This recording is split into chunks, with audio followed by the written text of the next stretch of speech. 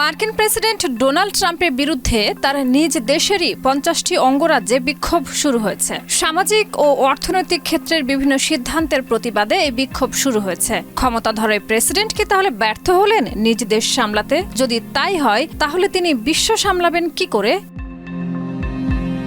5 April দেশটির প্রধান শহরগুলোর মধ্যে Boston, Chicago, Los Angeles, New York এবং ওয়াশিংটন ডিসি সহ আরও 1200 জায়গায় বিক্ষোভকারীরা হ্যান্ডস অফ নামে একটি সমাবেশের আয়োজন করেন। দ্বিতীয় মেয়াদে ট্রাম্পের দায়িত্ব গ্রহণের পর এটি ছিল সবচেয়ে বড় বিক্ষোভ। বিক্ষোভকারীরা ট্রাম্পের বিভিন্ন নীতির বিরুদ্ধে স্লোগান দেন, বিশেষ করে অভিবাসী বিরোধী অভিযান এবং শুল্ক আরোপের বিরুদ্ধে। তারা ট্রাম্প প্রশাসনের অধীনে ইলন মাস্কের প্রভাব নিয়েও সমালোচনা করেন। বিক্ষোভকারীদের হাতে hands of Canada, Greenland, Ukraine ইত্যাদি লেখা প্ল্যাকার্ডও দেখা যায়।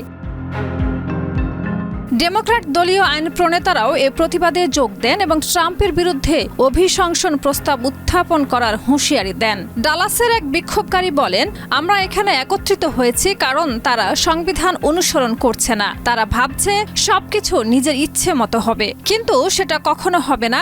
এই দেশ আমাদের।